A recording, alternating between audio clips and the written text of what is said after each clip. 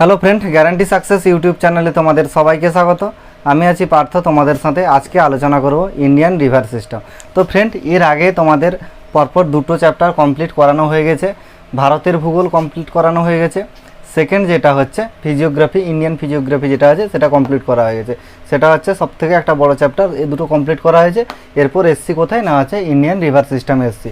তো যারা সেই ভিডিওগুলো দেখোনি তারা প্লে লিস্টে গিয়ে সবগুলো ভিডিও একটা একটা করে দেখে নিতে পারবে। ঠিক আছে, চলো শুরু করা যাক। Indian river system. তো ফ্রেন্ড, রিভার সিস্টেম পড়তে গেলে আমাদের জানতে হবে কি না আছে রিভার অর্থাৎ নদী। নদী জিনিসটা কি, রিভার জিনিসটা কি,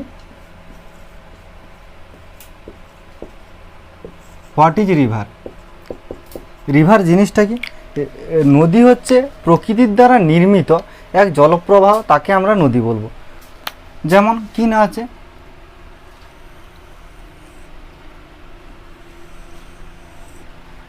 ঠিক আছে, এই যে একটা জলপ্রবাহ, এটাকে আমরা কি বলবো? নদী। এই যে বয়ে যাচ্ছে, এটাকে আমরা নদী বলবো। তো ফ্রেন্ড, নদী কি কোনো মানুষের দ্বারা নির্মিত হচ্ছে না? এটা কি না আছে প্রকৃতিই নির্মাণ করছে। কেউ কি মাটি টাটি কেটে কি নদী তৈরি করছে? খাল তৈরি করা যেতে পারে, কিন্তু নদী তৈরি করা সম্ভব না, কারণ নদী অনেক বড়। ঠিক আছে, তো নদী কি না আছে প্রকৃতির দ্বারা নির্মিত, বোঝা গেল। এবার নদী যে আছে, তোমরা ভাবছো যে নদী তো আমাদের অনেক ক্ষতি করছে, কিন্তু নদীর কি কোনো উপকারিতা আছে? যেমন মনে করছো যে বন্যার সময় হলে নদীর যে জল এসে মানুষের ঘরে ঢুকে যাচ্ছে, মানুষের ঘর বাড়ি ভেঙে যাচ্ছে, তো অর্থাৎ এটা তো ক্ষতি হচ্ছে না একটা। তো তাহলে নদীর তাহলে উপকারিতাটা কী আছে? এরকম কি কোনো কিছু আছে? ইয়াস, এরকমও অনেক কিছু আছে। ঠিক আছে, এর যে অ্যাডভান্টেজগুলো আছে, এর যে উপকারিতাগুলো আছে, সেগুলো তোমাদের এক এক করে বলছি। উপকারিতা,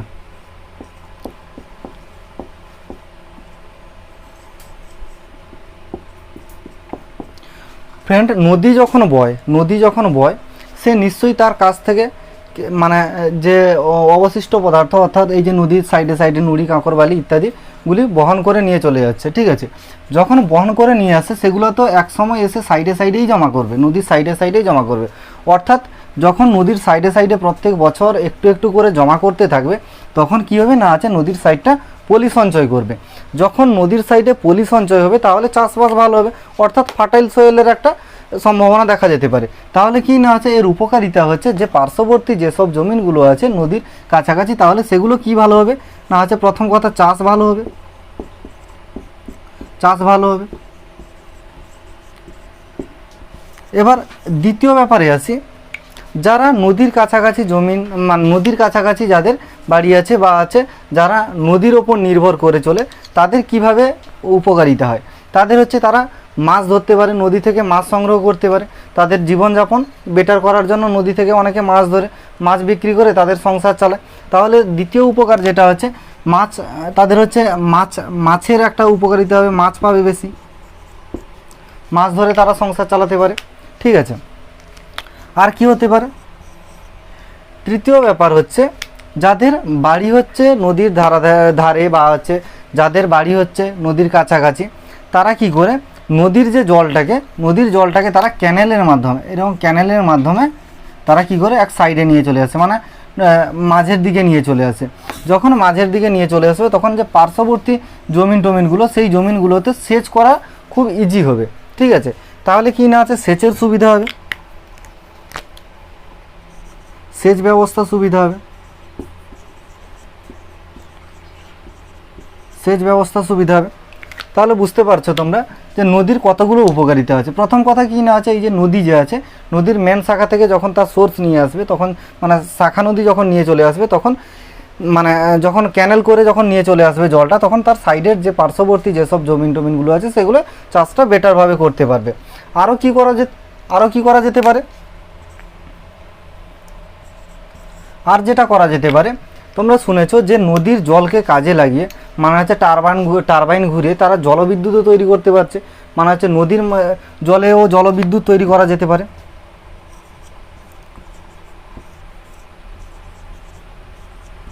জলবিদ্যুৎ তৈরি করা যেতে পারে। তাহলে তোমরা উপকারিতাগুলো দেখতে পাচ্ছ যে প্রথম কথা কি না আছে ভালো চাষ হবে, কারণ এখানে ফার্টাইল সয়েল পাবে, তো উর্বর মাটিতে চাষবাস সব কিছু ভালো হবে। মাছ পাবে, নদীতে মাছ ধরে সংসার চালাতে পারবে। সেচ ব্যবস্থা ভালো হবে, এই যে ক্যানেলের মাধ্যমে জল নিতে পারে, তারপর নদী থেকে ডাইরেক্ট জল নিতে পারে, মানে হচ্ছে পাম্প বা কিছু বসিয়ে বসিয়ে নিতে পারে। তারপর কি না আছে সেচ ব্যবস্থা অবশ্যই ভালো হবে, জলবিদ্যুৎও করা যেতে পারে।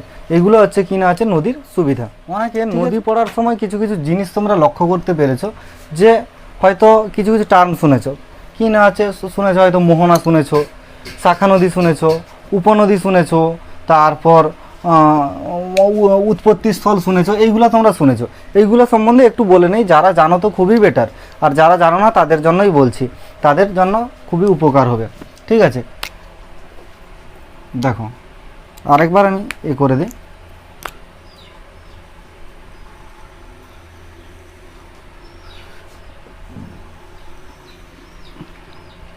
এই যদি নদী হয়,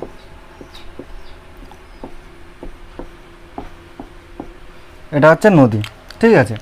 এবার নদীর যেখানে উৎপত্তি হচ্ছে, অর্থাৎ এই জায়গায় যদি নদীর উৎপত্তি হয়, তাহলে এটাকে কি বলবো? এটাকে বলবো আমরা উৎস।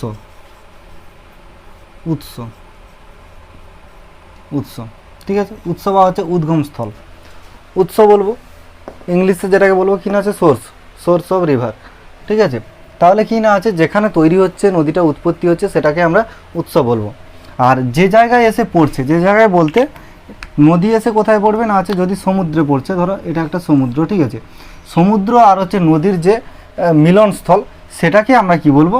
এই জায়গাটাকে আমরা বলবো কি না আছে মোহনা। তাহলে কি নদী আর হচ্ছে সমুদ্রের যে মিলনস্থল, সেটাকে আমরা কি বলবো? সেটাকে আমরা বলবো মোহনা। ঠিক আছে, এবার অনেক সময় তোমরা দেখেছো যে কিছু কিছু নদী আসছে এরকম করে এসে মিশে গেছে। ঠিক আছে, কিছু কিছু নদী এসে অন্য নদীর সাথে মিশেছে। উদাহরণস্বরূপ ধরে নিতে পারি, এটাকে যদি আমি গঙ্গা ধরি আর এটাকে যদি যমুনা ধরি, যমুনা নদী এসে কি করছে? গঙ্গার সাথে মিশছে। তো এই পদ্ধতিটাকে কি বলা হয়? ঠিক আছে, এটাকে কি বলা হয়? এটাকে আমরা বলবো উপনদী বলবো, উপনদী। অর্থাৎ অন্য কোনো নদী এসে যদি আর একটা নদীতে মিশছে, সেটাকে মানে এটা তো প্রধান নদী, প্রধান নদীর সাথে এসে যদি অন্য কোনো নদী মিশে, ছোট নদী মিশে, তাহলে সেটাকে বলবো উপনদী। এটা তো উৎপত্তিস্থল অন্য জায়গায় গাঙ্গেত্রী, আর হচ্ছে এটা যমুনেত্রী, অর্থাৎ দুটো ডিফারেন্ট জায়গা থেকে উৎপত্তি হচ্ছে। আর এটা হচ্ছে ছোট নদী, যমুনা হচ্ছে ছোট নদী, আর এটা হচ্ছে মেন নদী ধরা যেতে পারে, বড় নদী গঙ্গা।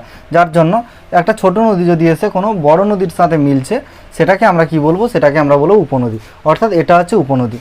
আবার কিছু কিছু নদী আমরা দেখেছি যে ডাইরেক্ট গঙ্গা থেকেই বেরিয়ে গেছে, বা গঙ্গা না, মানে যে কোনো নদী থেকেই বেরিয়ে গেছে, দিয়ে অন্য জায়গায় গিয়ে পড়ছে। ঠিক আছে, মানে অন্য কোথাও গেছে, সেটাকে আমরা কি বলবো? সেটাকে আমরা বলে দিতে পারি শাখা নদী। ঠিক আছে, এই নদীটাকে আমরা কি বলবো? এই নদীটাকে আমরা বলবো শাখা নদী।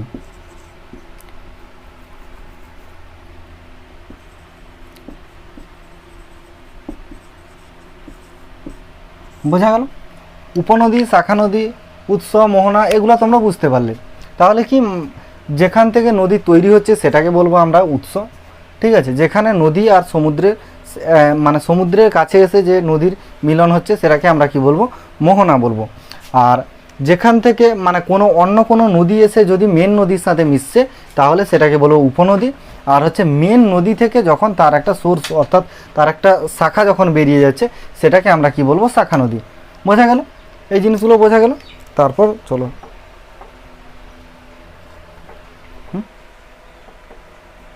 ভ্যালি, ভ্যালি এখানে আমার পড়ানো হয়ে গেছে already, rift valley.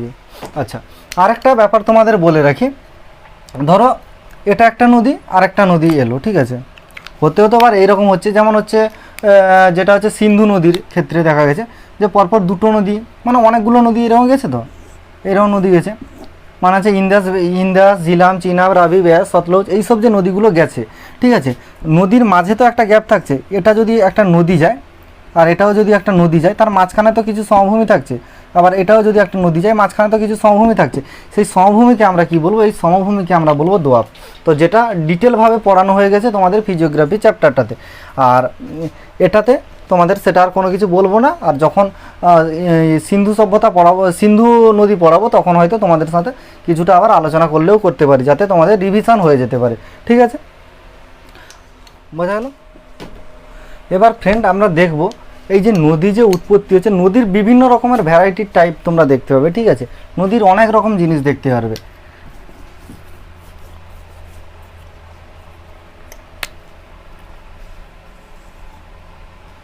Type of river, ঠিক আছে, কেমন টাইপের হতে পারে। এক হচ্ছে নদী হচ্ছে ড্রেনেজ টাইপের হতে পারে, ড্রেনেজ ডেনড্রাইটিক, ড্রেনেজ বলছি ডেনড্রাইটিক।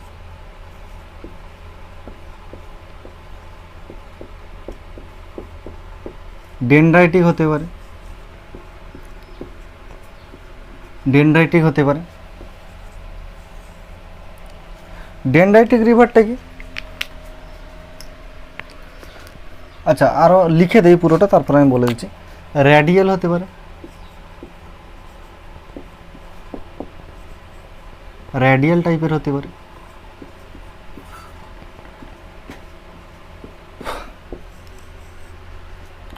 আর কি হতে পারে, অ্যান্টিসিডেন্ট হতে পারে,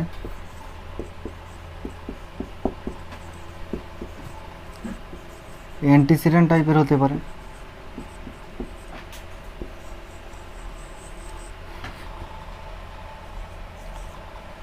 ঠিক আছে,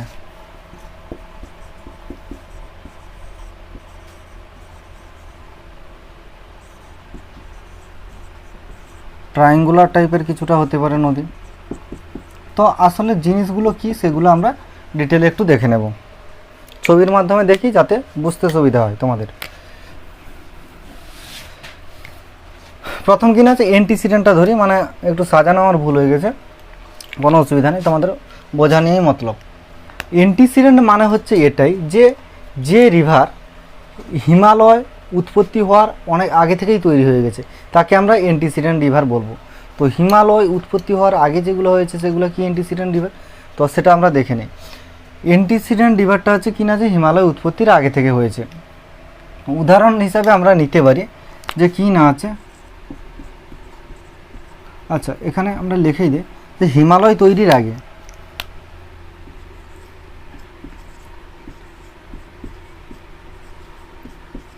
হিমালয় তৈরির আগে,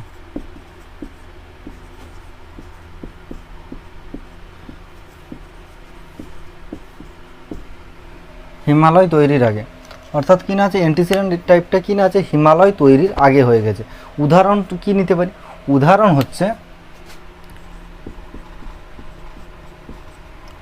কি দিতে পারি, উদাহরণ হচ্ছে কি না আছে সতলুজ,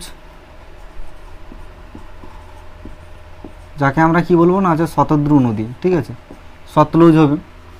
আর কি হতে পারে, হতে পারে তোমার ব্রহ্মপুত্র হতে পারে,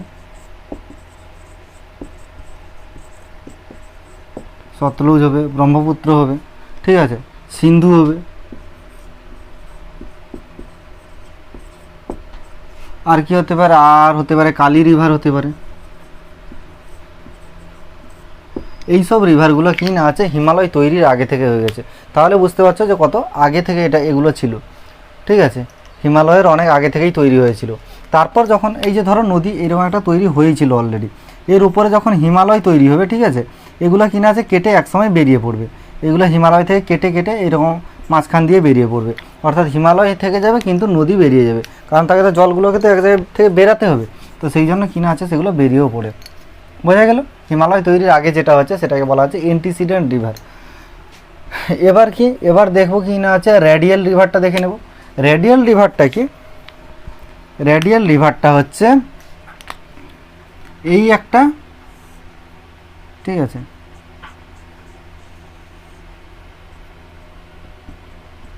ঠিক আছে, এটা একটা হিল। উদাহরণস্বরূপ আমরা নিতে পারি একটা হিল আছে, তার নাম আছে কি না আছে অমরকণ্টক হিল, ঠিক আছে, এটাকে যদি আমরা অমরকণ্টক হিল বলি, এটাকে যদি আমরা অমরকণ্টক হিল বলি, এখান থেকে একটা নদী বেরিয়েছে এইরকম উত্তরের দিকে চলে গেছে, আর একটা যে নদী বেরিয়েছে সেটা কি না আছে এরকম দক্ষিণের দিকে চলে এসছে, ঠিক আছে, অর্থাৎ একটি জায়গা থেকে যখন অন্যদিকে যেতে পারে, মানে একটি জায়গা থেকে যখন বিপরীতমুখী হতে পারে নদী, ঠিক আছে, সেটাকে আমরা কি বলবো, সেটাকে আমরা কি বলবো না আছে রেডিয়াল টাইপ, ঠিক আছে, রেডিয়াল টাইপ রিভার। যেমন হচ্ছে এদিকে চলে গেছে কি না আছে, এদিকে গেছে সোন, সোন গিয়ে কি করছে না আছে গঙ্গার সাথে মিশছে, এই যে গঙ্গা নদীটা লিখছিলাম সেই গঙ্গার সাথে মিশছে। আর এটা কি না আছে, এটা নিচের দিকে চলে এসছে, এই নদীর নাম কি, এটার নাম হচ্ছে নর্মদা, ঠিক আছে। এটা দক্ষিণে চলে এসছে, একটা উত্তরে চলে গেছে আর একটা দক্ষিণে চলে গেছে। তো একটা হচ্ছে সোন আর একটা হচ্ছে নর্মদা, উদাহরণ হিসাবে আমরা দেখে নিতে পারি। তাহলে কি না আছে রেডিয়াল রিভারের উদাহরণ, রেডিয়াল রিভার হচ্ছে ধরো কোনো পর্বত শৃঙ্গ থেকে বা হচ্ছে কোনো হিল থেকে যখন দুটি বিপরীতমুখী নদী চলতে থাকবে সেটাকে আমরা কি বলবো, সেটাকে আমরা বলবো রেডিয়াল। বোঝা গেল? যেমন হচ্ছে উদাহরণস্বরূপ সোন নর্মদা। আরও একটা আমরা নিতে পারি, যেমন হচ্ছে তোমরা দেখবে যে হচ্ছে ব্রহ্মপুত্র নদী আছে,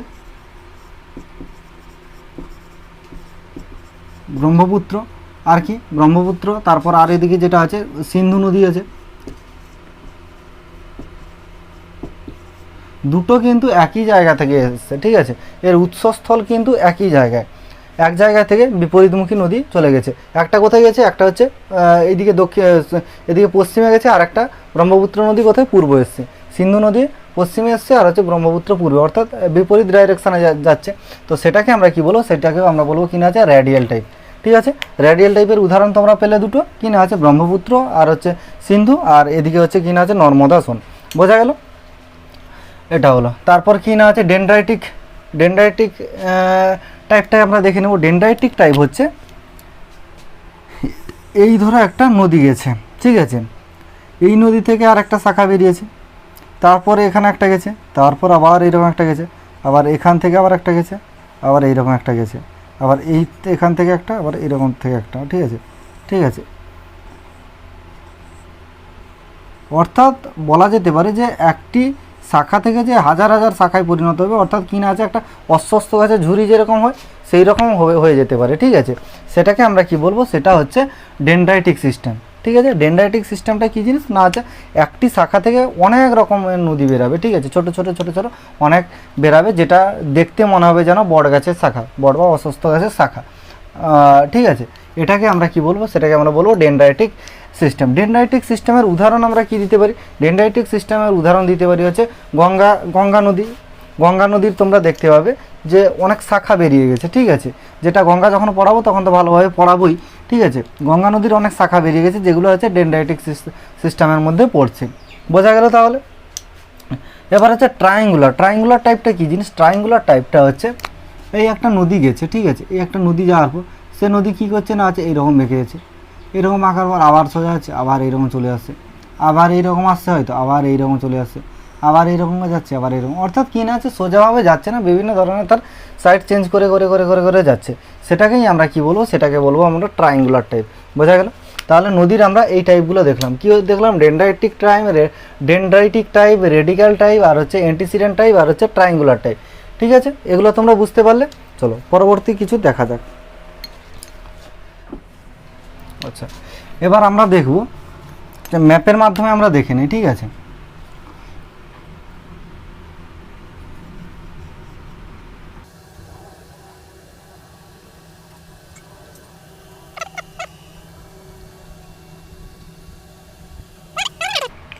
ঠিক আছে, তোমরা কথা শুনেছো কি না যে পেনিনসুলার রিভার। পেনিনসুলার রিভার কি, পেনিনসুলার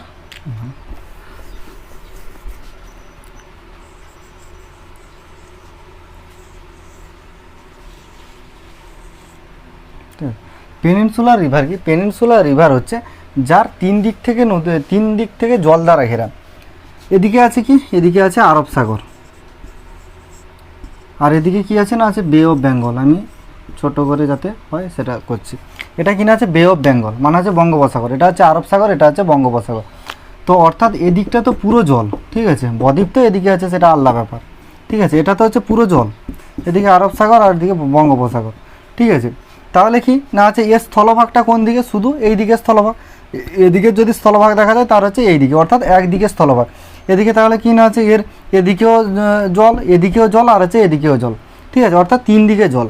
আর এরও যদি দেখা যায় বঙ্গোপসাগরের দিকে, যে ধরো অন্ধ্রপ্রদেশের দিকটা আমি দেখলাম কি না আছে এই দিকটাও অন্ধ্রপ্রদেশ দেখলাম কি না আছে অন্ধ্রপ্রদেশের এদিকেও পূর্বেও জল, উত্তরেও জল, দক্ষিণেও জল, কিন্তু পশ্চিমটা স্থলভাগ। তেমনি যার তিন ভাগে জল, মানে যার তিন দিকটা জল দ্বারা ঘেরা, সেটাকে আমরা কি বলবো, সেটাকে আমরা বলবো পেনিনসুলার রিভার, ঠিক আছে। একটা আছে পেনিনসুলার রিভার, আর হচ্ছে আরেকটা কি না আছে, আরেকটা আছে হিমালয়ান রিভার। তো তাহলে পেনিনসুলার রিভার কি, তো এই জায়গা থেকে যদি ধরো কোনো নদী গেলো, এইগুলো নদী গেলো, এইগুলো নদী গেলো, এই যদি নদী যায়, তাহলে এই যে নদীগুলো আছে, অর্থাৎ এই যে নদীগুলো আছে এইগুলোকে আমরা কি না আছে সেন্ট্রাল এরিয়া থেকে যেসব নদীগুলো গেছে, সেন্ট্রাল ভূভাগ থেকে, অর্থাৎ কি না আছে মধ্যভাগ থেকে, ভারতের মধ্যভাগ থেকে যেসব নদীগুলো গেছে সেইগুলোকে আমরা পেনিনসুলার রিভার বলবো। মধ্যভাগ বলতে এই জায়গা থেকে যদি ধরা যায়, মানে হচ্ছে গুজরাটের উপর থেকে যদি যেসব নদীগুলো গেছে সেগুলো সবগুলোই কি না আছে পেনিনসুলার রিভার। তা আরেকটা কি রিভার আছে, আরেকটা আছে হিমালয়ান রিভার। হিমালয়ান রিভার কি, হিমালয় বলতে তোমরা দেখেছো, হিমালয় তো পড়ানো হয়ে গেছে অলরেডি। তো হিমালয়টা এরকম করে গেছে, ঠিক আছে, এ তো অনেক চলে গেছে একেবারে নিচ পর্যন্ত, আর এদিকেও গেছে এরকম করে গেছে, এরকম করে, ঠিক আছে। তো এই দিক থেকে যেসব নদীগুলো আছে সেগুলো আছে হিমালয়ান রিভার। হিমালয়ান রিভারের উদাহরণ কি আছে, হিমালয়ান রিভারের উদাহরণ আছে গঙ্গা আছে, ঠিক আছে, ব্রহ্মপুত্র আছে, সিন্ধু আছে, এগুলো আছে হিমালয়ান রিভার। আর পেনিনসুলার রিভার কি আছে, পেনিনসুলার আছে কৃষ্ণা আছে, গোদাবরী আছে, কাবেরী আছে, কাবেরী আছে, তারপর অনেক কিছু আছে, ঠিক আছে। এইসব নদীগুলো হচ্ছে কি না আছে পেনিনসুলার রিভার। তো আমরা একটু ডিফারেন্ট দেখে নেই, একটু আমরা কি দেখে নেবো, ডিফারেন্ট দেখে নেবো কি পেনিনসুলারের মধ্যে আছে।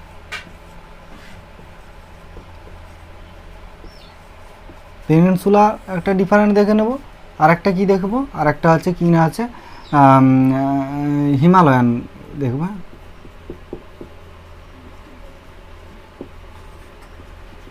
হিমালয়ান রিভারের মধ্যে পার্থক্য দেখে নেব। পেনিনসুলার রিভারের জিনিসটা কি, পেনিনসুলার রিভার হচ্ছে নদীর, পেনিনসুলার রিভারটা যে তৈরি হচ্ছে সেটা কি না আছে বৃষ্টির জলে পুষ্ট হচ্ছে, ঠিক আছে। এটা তো বৃষ্টির মাধ্যমে সেই নদীর জল থাকে, অর্থাৎ দেখবে যে গ্রীষ্মকাল এলে বহু নদী আছে যেগুলো শুকিয়ে যায়, কিন্তু তোমরা কখনো দেখেছো যে গঙ্গা নদীর জল শুকিয়ে গেছে? গঙ্গা নদীর জল যত গ্রীষ্মকাল আসবে তত বেশি বাড়বে, কারণ কি না আছে এদিকে যে হিমালয় আছে, হিমালয় যখন বরফগুলো গলতে শুরু করবে তখন নদীর জল বাড়বে, যত বেশি গ্রীষ্ম হবে তত বেশি বাড়বে। আর এদিকে যত বেশি গরমকাল পড়বে, যত বেশি গরম হবে তত জল কমতে থাকবে, অর্থাৎ মরেও যেতে পারে, শুকিয়ে যায় অনেক সময় নদীর জল, ঠিক আছে। তাহলে পেনিনসুলার রিভার কি না আছে বৃষ্টির জলে পুষ্ট, আর হচ্ছে হিমালয়ান রিভার কি না আছে বরফ গলা জলে পুষ্ট।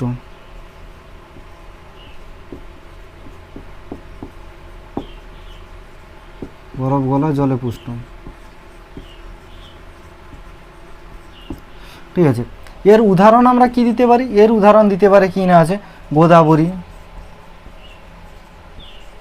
সুবর্ণরেখা, ঠিক আছে, ইত্যাদি ইত্যাদি বহু নদী আছে। আর এদিকে এটার উদাহরণ কি দিতে পারি, মানে হচ্ছে হিমালয়ান রিভারের উদাহরণ কি দিতে পারি, আমরা দিতে পারি কি না আছে ব্রহ্মপুত্র, ব্রহ্মপুত্র, সিন্ধু,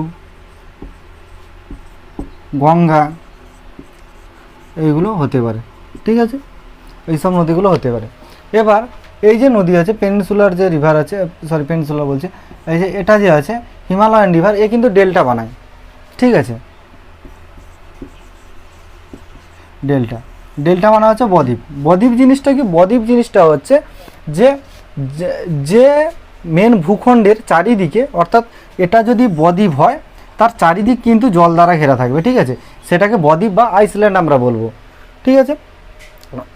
তো যার চারিদিকে জল দ্বারা ঘেরা সেটাকে আমরা বদ্বীপ বলবো। যেমন উদাহরণস্বরূপ দিতে পারি ব্রহ্মপুত্র নদীর যে একটা বড় বদ্বীপ আছে বা আইসল্যান্ড আছে, সেটা কি না আছে, সেটা হচ্ছে মাজুলি, যেটা হচ্ছে বিশ্বের সবথেকে বড় আইসল্যান্ড, ঠিক আছে, সেটা হচ্ছে কি না আছে মাজুলি। অর্থাৎ বর্তমানে তোমরা হয়তো শুনেছো যে মাজুলিকে একটা জেলা হিসাবে ঘোষণা করা হয়ে গেছে অলরেডি, ঠিক আছে। তো কার্যকরী হতে বাকি আছে, কিন্তু জেলা হিসাবে ঘোষণা করা হয়েছে। ওয়েস্ট বেঙ্গলে বর্তমান তো 23টা জেলা আছে, তো আর একটা হয়তো বাড়বে, কি না আছে মাজুলি হয়ে যাবে, ঠিক আছে। তো এটা হচ্ছে ব্যাপার। তা আশা করি তোমরা এই ব্যাপারটা বুঝতে পারলে। এরপরে আর একটা ব্যাপার তোমাদের বলে রাখি,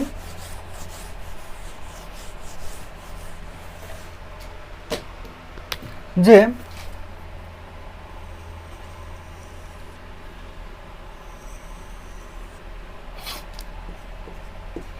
এই নদীর যদি এর ডাইরেকশান যদি এই দিকে হয়, ঠিক আছে, অর্থাৎ যে দিক থেকে আসছে তার যদি সোর্সটা হচ্ছে এখানে আর হচ্ছে তার ডাইরেকশানটা এখানে, তাহলে এই নদীর যে শাখা নদী বা কোনো নদী হবে এর শাখা নদী কোন দিক দিয়ে হবে? এই দিকটা হবে। তাহলে এর ডান দিকের শাখা নদী কোনটা হবে? যদি আমি এরকম সোজা করে দাঁড়াই তাহলে ডান দিকের শাখা নদী হচ্ছে কিনা আছে, এটা হচ্ছে ডান দিক ধরা হবে, আর এটা হচ্ছে কিনা আছে বাম দিক ধরা হবে। বোঝা গেল? অনেক সময় এই জিনিসটা হয়তো কেউ মানে যারা জানো না আল্লাহ ব্যাপার, যারা জানো তারা হয়তো জানো, আর যারা জানো না তাদের জন্য বলছি। তার কিন্তু ডান দিকটা হবে কোনটা না আছে এদিক, আর হচ্ছে বাম দিকটা এদিক। যেমন হচ্ছে কিনা আছে নর্মদা নদী এরকম নিচের দিকে আসছে, ঠিক আছে? ঠিক আছে, তাহলে এর ডান দিক কোনটা হবে? এর যদি এরকম সোজা দেখি তাহলে এর ডান দিক হবে এটা,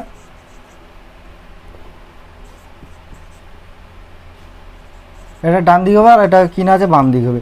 আর হচ্ছে কিন্তু যদি সোন দেখা যায়, তাহলে সোনের কিন্তু ডান দিক হবে এটা, ঠিক আছে? কারণ এই নদীটা এই দিকে বইছে। তো এটা আশা করি তোমরা বুঝতে পারলে। এটা বুঝতে পারলে কিনা আছে অনেক কিছু তোমাদের ভালো হবে, ঠিক আছে? এরপরে যখন তোমরা শাখা নদী টদী পড়বে, যে গঙ্গার শাখা নদীগুলো আছে কি, ট্রিবিউটারিগুলো কী, এইসব যে ব্যাপারগুলো যদি তোমরা পড়ো তখন ইজিলি বুঝতে পারবে। না হলে যে ডান দিকের ট্রিবিউটারি কী আছে, বাম দিকের ট্রিবিউটারি কী আছে, এগুলো ভাবতে বহু টাইম লেগে যাবে, ঠিক আছে? অনেক প্রবলেম হয়ে যেতে পারে। তো তার জন্য এটা তোমাদের জানা খুবই প্রয়োজন। আশা করি ক্লাসটা তোমরা বুঝতে পারলে। তো যদি বুঝতে পারো তাহলে ভিডিওটিকে like, comment, share and subscribe অবশ্যই চাই তোমাদের কাছ থেকে। ভিডিওটি দেখার জন্য অসংখ্য ধন্যবাদ।